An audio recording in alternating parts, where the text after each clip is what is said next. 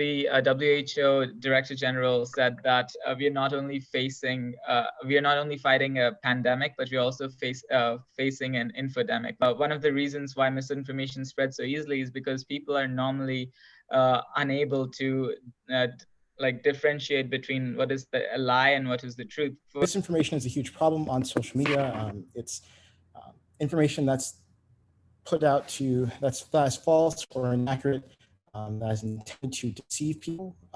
And previous research shows people don't want to spread misinformation. When it came to understanding how people focused on accuracy versus sharing, the researchers noticed that the headlines, which stuck to the facts, had a larger impact on accuracy judgments than sharing intentions. More people were willing to share the headlines than read them. Also, the cognitive test scores were positively related to accuracy discernment and sharing discernment. The cognitive test scores were also negatively related to belief in false headlines. Participants were more likely to share true headlines relative to false headlines after they rated the accuracy of a single non-COVID related headline. Members of the control group were not significantly more likely to say they would share true headlines rather than false headlines, but in the treatment condition, sharing conditions were significantly higher.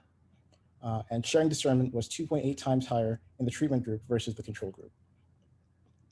So in the main takeaways from this paper, one important thing to realize is that there might be behavioral intervention might be a good way to prevent misinformation spreading on social media. The main source of spread of misinformation these days is social media, right? And what is the most valuable thing that social media allows people to have access to? It is a plethora of data, which really leads to the question of how can we use data and analyze data to infer characteristics about the spread of misinformation. It's very important to identify misinformation as well as communities online which have been misinformed.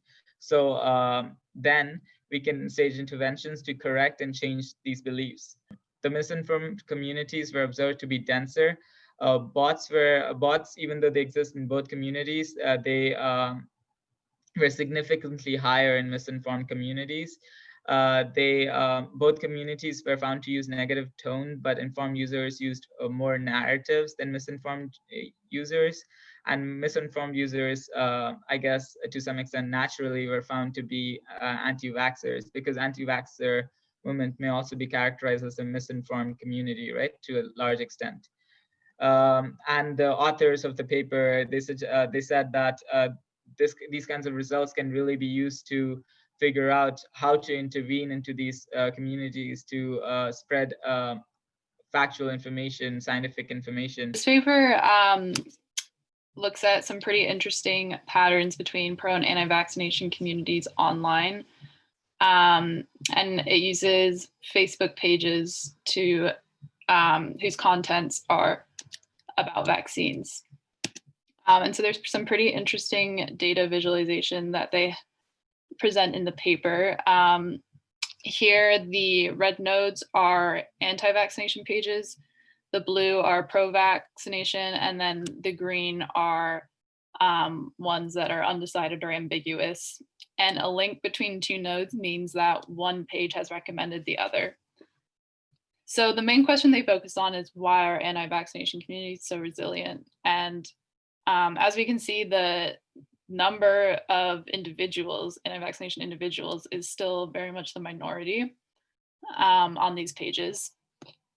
However, the red nodes are very central in the network, and they have a lot of access to undecided clusters.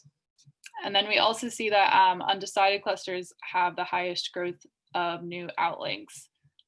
So the users are very active, and especially around the more anti-vaccination clusters. We also know that the anti-vax clusters, or there are twice as many anti-vax clusters as there are pro-vaccination. So though the number of individuals is still a lot less, the sheer number of clusters means there's a lot more opportunity for engagement with undecided clusters as well. And then the researchers also found that the anti-vaccination clusters offer a wider range of narratives. So there's a lot wider array of narratives that the undecided individuals can, I guess, subscribe to. And then finally, the last thing they note is that the more medium-sized anti-vaccination clusters grow the most, since they go more unnoticed than the larger anti-vaccination clusters. And then this last graph here was interesting in that it shows why it's important not, or it shows where the mass action model fails, which would say that given the number of individuals who are pro-vaccination, the anti-vaccination clusters shrink over time. Yet the researchers, their model predicts that in 10 years, the anti-vaccination communities will actually become the dominant communities.